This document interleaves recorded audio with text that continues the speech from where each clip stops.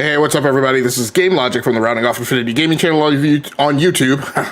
One of the co-hosts of the Enough to Keep Going Weekly Games podcast on YouTube, and one of the co-hosts of the Basement Radio Arcade podcast over on the BRAP channel on YouTube, here tonight with my inaugural episode of Desperately Seeking Relevance. So it's kind of a tongue-in-cheek title. It's really about kind of some of the hot takes that I see sometimes going around on Twitter and on YouTube, often about gaming news and technology news, and sometimes some of those takes get it wrong.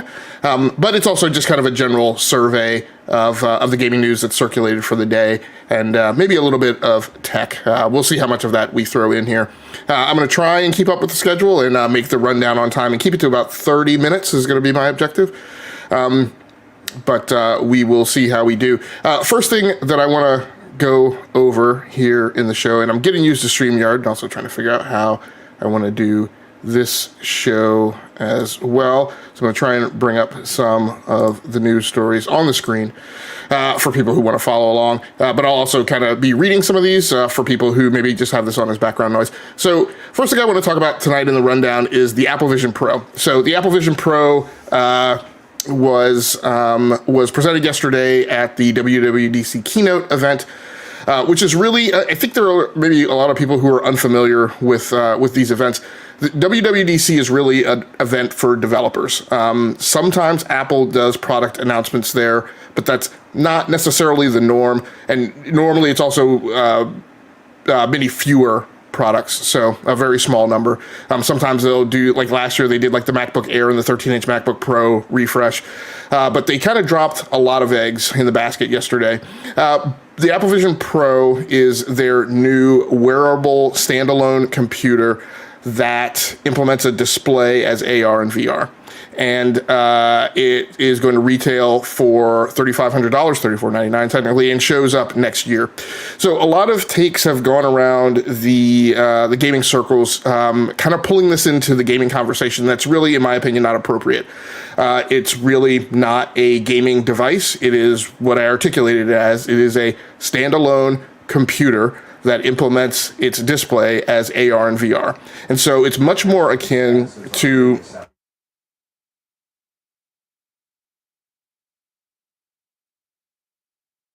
give me 1 second. I got one of my AI assistants going off here in the background.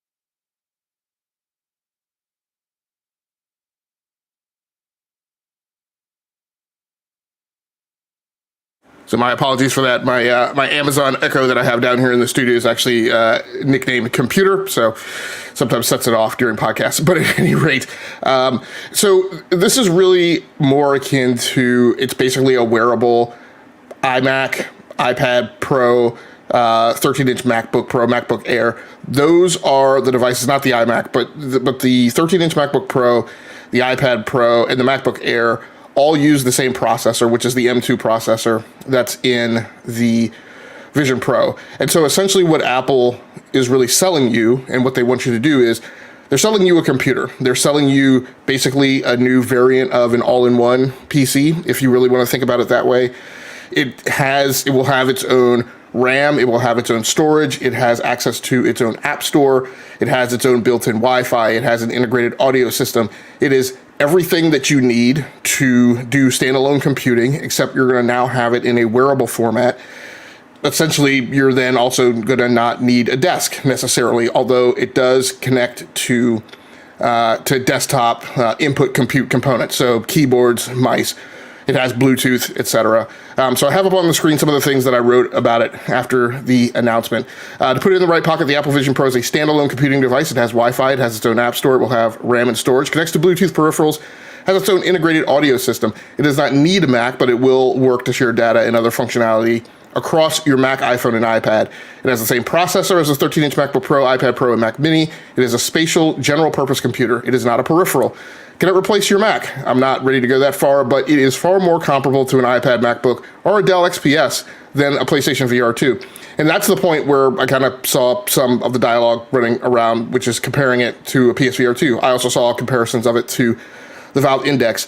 I don't think that Apple, being a $3 trillion company or so, and the largest company on the planet by market cap at this point, by valuation, I don't necessarily agree with everything Apple does, but I don't think the company's stupid. I don't think that they consider their competition to be Valve. I certainly don't think they consider their competition to be Sony or PlayStation. And they certainly didn't field a product at $3,500 to compete against VR headsets that are used primarily for gaming. Talking about the Apple Vision Pro in terms of video games is kind of, in making that comparison and then giving it criticisms based on that comparison is kind of like calling a computer a calculator. General purpose computer is certainly capable of doing calculations. It certainly normally comes with a calculator app, but obviously it is capable of far more than that. And that is analogous to the Apple Vision Pro.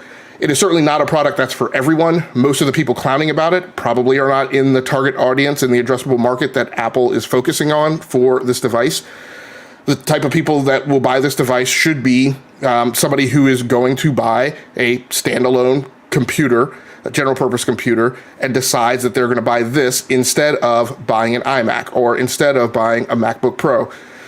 Maybe they will buy it to go along with it. That's a lot of scratch, right, to put into the Apple ecosystem. There will certainly be Apple fans that will do so. But really, as far as I see it, it's really intended to be your new computer. You're going to be able to walk around and use it on its battery pack for 2 hours. You can plug it into the wall and use it all day. So that if you were at home, you could use it all day. If you take it out with you, essentially the equivalent, right, and use it the equivalent of a laptop or some other type of portable PC, you'll be able to run it on the battery pack for 2 hours. For the sake of no longer embarrassing yourself, please stop making this comparison. Again, going back to comparing it to PSVR 2, or I will also say the Valve Index. Maybe you could clown on it by comparing it to a Meta Quest, which at least has some of these capabilities and can be used as a standalone compute device and is way cheaper. Also note that the Pro moniker likely means Apple is leaving room for a non-Pro SKU at some point, possibly. So there you go. That's just kind of my view on the Apple Vision Pro. The other thing that I kind of saw making the rounds yesterday, and this is another thing that I said about the Apple Vision Pro, remember that a lot of the technology market kind of follows Apple and kind of takes it as, oh, well, if Apple is doing it, then it must be a seriously addressable market. And so once Apple puts this thing out, we should expect other tech companies to do the same. And then you should see a lot of kind of Microsoft, Windows-driven kind of knockoffs. I'll use that term loosely. But you should see lower-end compute devices that will probably run initially in the $1,500 to $2,000 range that will have a lot of these same capabilities. I mentioned that a lot of these things that were shown yesterday at the WWDC keynote are things that you can do now in a WMR device or a Windows mixed reality device, albeit with a headset that is tethered to a Windows PC. Now, for whatever reason, Microsoft was not able to kind of push that wheelbarrow over the apogee of the hill and really get that market to really pick up speed and gain a lot of ground in terms of market share. Although, even though there were, inexpensive WMR devices that were out on the market that are equally capable to the Oculus Rift S, in some cases, maybe not, the same resolution, but, the Samsung headset that was out, that was kind of wave 2 of the WMR headsets was very capable. I think HP also put out a headset in kind of wave 2 that was very capable. And you could do all of these things. You could bring up, productivity applications. You can basically run any application that you would run in Windows in a VR environment. So those capabilities are already there. Whether or not Microsoft can work with partners to miniaturize it, that remains to be seen. But Intel's Arc GPU could possibly help with that, given the smaller form factors that they're able to put those things into, and the low cost that they're able to put them into. Also, wouldn't surprise me, as I mentioned here, to see Google get back into the VR AR train and do something that wirelessly maybe connects to a Chromebook, right? Since the Chromebook itself also has to be wirelessly tethered. In most cases, that's not the technical final word. I use Chromebooks. My Chromebook actually has, I use a Chromebox for my health and monitoring PC on my live streams. It has embedded storage. It has 4 gigabytes of storage that I use. So Google could definitely go down that path and really knock the cost down because it wouldn't have to have all the componentry that the Apple Vision Pro does if it tethers to a Chromebook. So that's another thing that could be coming along. The next topic I want to hit is the Death Stranding performance on Mac, because this was another kind of narrative that I saw going around yesterday. A lot of kind of doubt, FUD, as we would kind of refer to it as, about the expectations for Death Stranding running on Macs. So, again, most of those Macs now run the M2 chip or some advanced variant of it. I think the M2 Ultra, and I think there's one other, the M2 something, I can't remember right now off the top of my head. But if you go back to 2020, you can find benchmarks of Macs running video games, and they ran video games in excess of 60 frames per second on Mac. Now, what Macs do is the M2 chip is obviously not an x86 architecture chip. It is an ARM chip, and so it doesn't respond to the instruction set that comes from that Windows applications are trying to address. They use an abstraction layer referred to as Rosetta or Rosetta 2 that you can kind of think of as similar to Proton in the way the Steam Deck runs Windows applications and Windows video games. And so Windows video games will run on a Mac. They will run through that abstraction layer. Then there are, of course, games, just like there are games that are natively coded for Linux. There are a small handful of games that are natively coded for Mac as well. One of the things announced at yesterday's keynote was a game mode that the M2 equipped Macs will now be using with their new operating system called Sonoma, which was also announced yesterday. And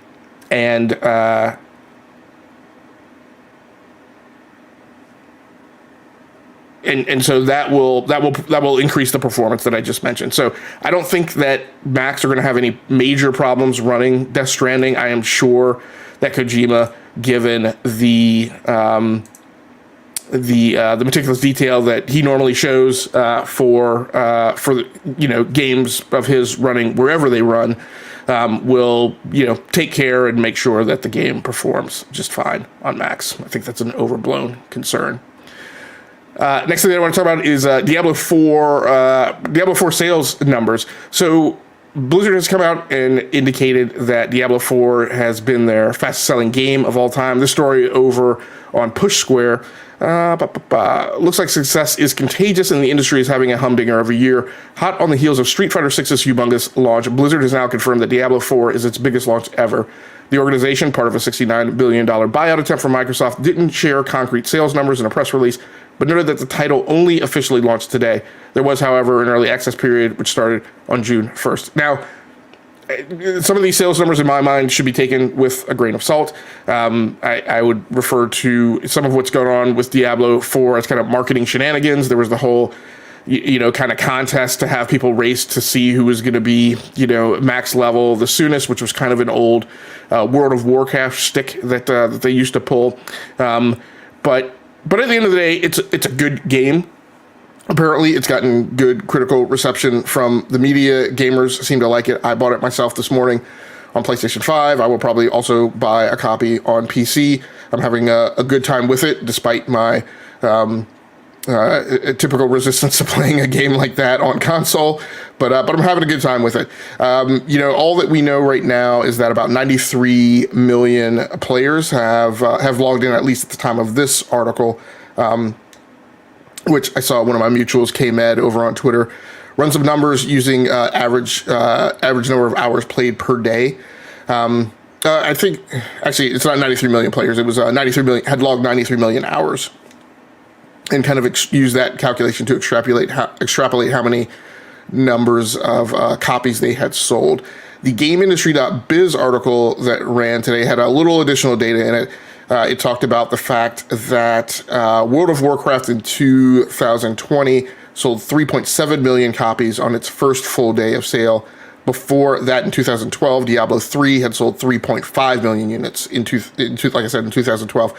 And each of those times, Blizzard had reported that, Diablo 3 first and then later World of Warcraft was their fastest selling game ever. And so at a minimum, we would assume that Diablo 4 sold more than 3.7 million copies on its first day. And then if you multiply that times the number of days, it seems to be doing fairly well. Of course, we have the earlier reported stat from the month preceding that Tears of the Kingdom sold 10 million copies. I can't remember exactly the duration of sale that number was reported in, but games and popular franchises doing big numbers this year. Diablo 4, again, their first day of regular release sale, kind of in the old traditional release day for the gaming industry, Tuesday of the week. I saw, people having server problems logging in. And I think that was just a matter of the game's been running smoothly up till this point with, everybody who went in early, paying the big dollars to get early access. But the flood of people kind of arriving now off of the zeitgeist and the wave of buzz maybe causing them some problems, but hopefully they will get those sorted out tonight.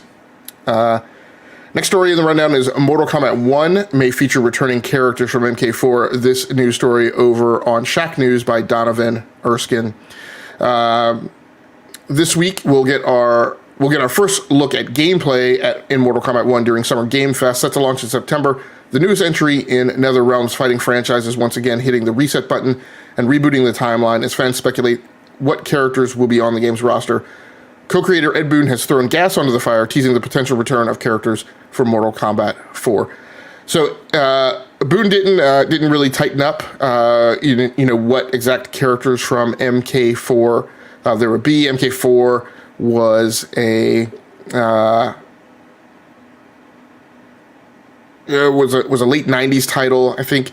Since the series was rebooted in 2011 with, I think, MK9, none of those characters have returned, but he has teased that some of them will be coming back. So, in a year where it looks like we're going to be getting MK4, we've gotten Street Fighter 6, and then, Tekken, if not this year, hopefully shortly thereafter. It's a good year for fighting game fans. Those folks are eating well, and this also bites, not only on the nostalgia, not only on just the fighting game genre, but also, the big nostalgia that will hopefully get them big sales numbers as well. Next news story I want to cover in the rundown is Nintendo Switch and The Legend of Zelda dominated May UK monthly charts. This story over on GameIndustry.biz, and I'll try and bring this one up on the screen so you guys can see the chart.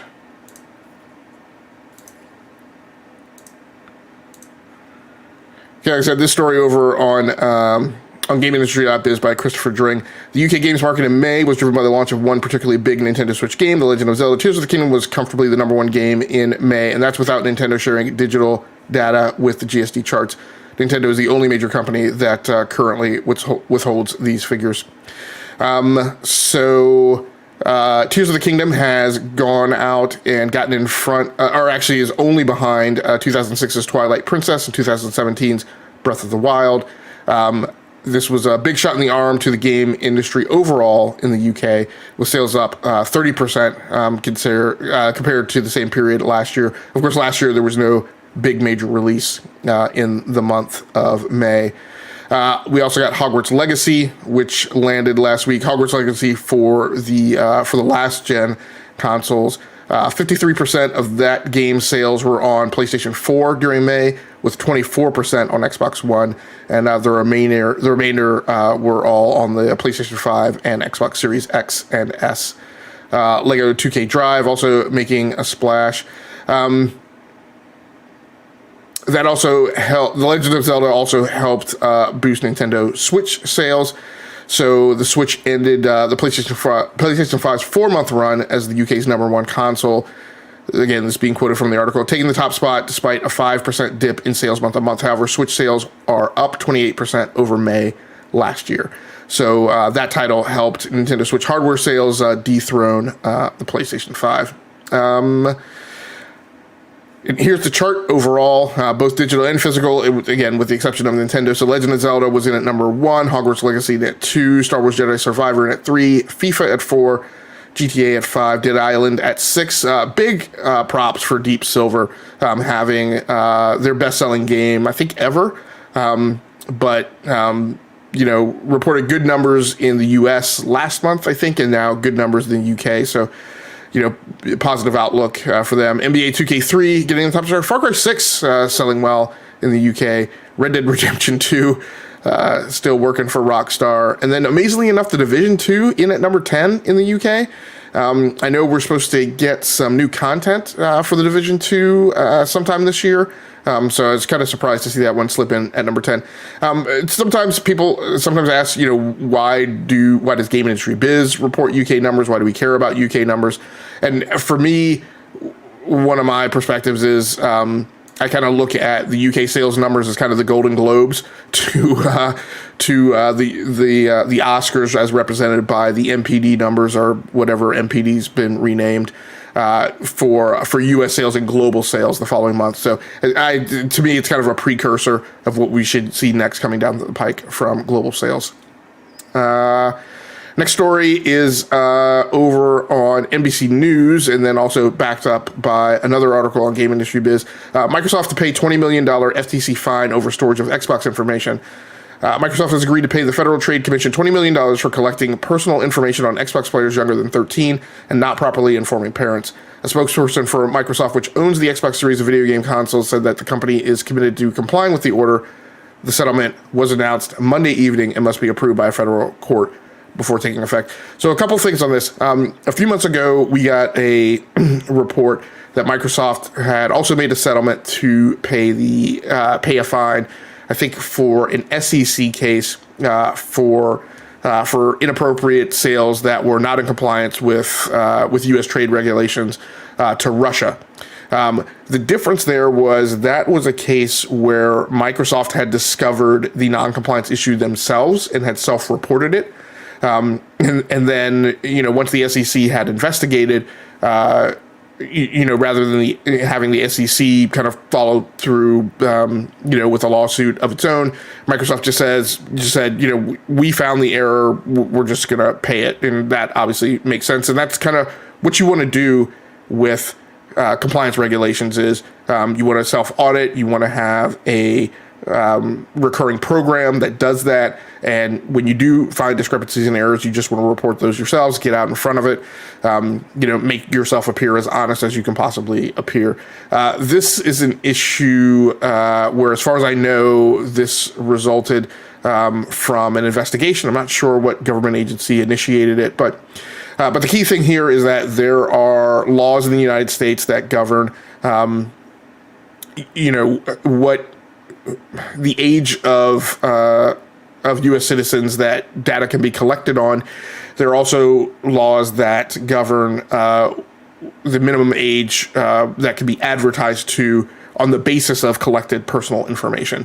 And so the way this situation came about is if you were younger than 13 and you started signing up for an Xbox account, you would hit a point where theoretically you couldn't finish processing it because you needed your parents' consent. But by the time you got to that point on the form, you had already submitted some personal data. At that point, being unable to complete the form until you, I guess, went and talked to your parents, Microsoft would still hold that form.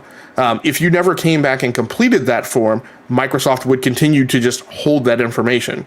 And so that's where they got themselves into trouble on this. They didn't, purge that information periodically. They didn't necessarily say, hey, if you don't complete the form in 5 minutes, we're going to purge it and you're going to have to start over, whatever. They also got into some trouble here because they didn't actually require the parent to initiate the account registration. They just said, I can't remember what the exact quote was, but they just said that you have to get a parent's consent. But they didn't necessarily have a means of checking identity repudiation for the parent or and other measures. So it was a pretty loose system. It resulted in a lot of data being captured and then being held onto the company. And in what I personally think is a good move, they're just going to, again, pay the fine, because obviously the big get is their upcoming case against the FTC to get the Microsoft Activision merger and acquisition deal through, and they don't want dangling participles and lint, like this, kind of clogging up the windshield and giving them bad press while they're trying to get that case through. Probably last two stories that I'll go over, and I'll go over them quickly. Street Fighter released last week, last Friday, I think, and with the sales that it did over just the first couple days of it being available, that pushed the Street Fighter series to over 50 million copies total over lifetime of the series. So again, fighting games seem to be very popular, but don't necessarily do super huge numbers in sales. So it's another good indicator to see that go through. And I talked about Diablo 4 a lot earlier in the newscast, and it turns out that game is playable on the Steam Deck, which I have one of. I have the high-end SKU. I'm not absolutely certain. When I booted it up on PlayStation 5, the PlayStation 5 gave you an option to connect that instance of the game and your PSN ID to your Battle.net account using a mobile device or desktop or some other compute device. I don't know if the Steam version allows you to do that. And the reason why I say that is because this method for getting Diablo 4 to run on the Steam Deck, the solution offered here, and this story is over on Gaming on Linux, the solution offered here is for you to install the Battle.net launcher on your Steam Deck, which requires a little bit of working around trying to get that to, install on Steam OS, because it's not, it installs as a native client, surprisingly so. It kind of just works, but you may need to do some finagling to get it to work right. You may need to run the non-Steam launcher script or some other things. But lots of people who own Steam Decks are tinkerers, and so they'll figure all that out. But I wonder if the Steam version just allows you to log into your Battle.net account or connect it on another compute device or right there on the same desktop, and that may be a workaround for normals who don't want to get under the hood and tinker with the Steam OS. But the game apparently runs fine. Sometimes they mention.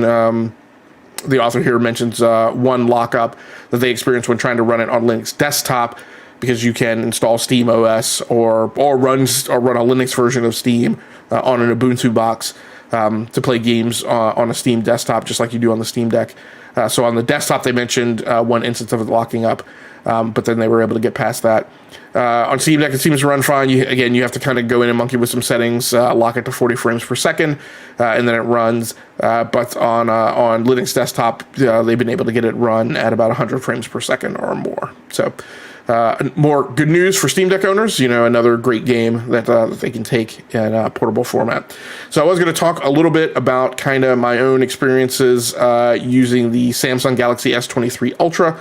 I'm not going to do that tonight because we are right at 30 minutes, and I do want to hop off and go play some more Diablo 4. So thanks a lot for joining in. I'm going to probably try and do this maybe 2-3 times during the week. We'll see. If you had the opportunity to swing through the live stream, I appreciate you. If you watched the archive version of this episode on the Rounding Off Infinity gaming channel on YouTube, please feel free to like the video and subscribe to the channel so you can just get a notification whenever I post new content, and be sure to come back some other time when I'm live. Probably going to try and do it in about this time frame. Keep an eye out on my Twitter account over at Game Logic. Thanks a lot, everybody for joining in. Until next time, good night, good luck, and good gaming. That's going to do it for me. I'm out of here.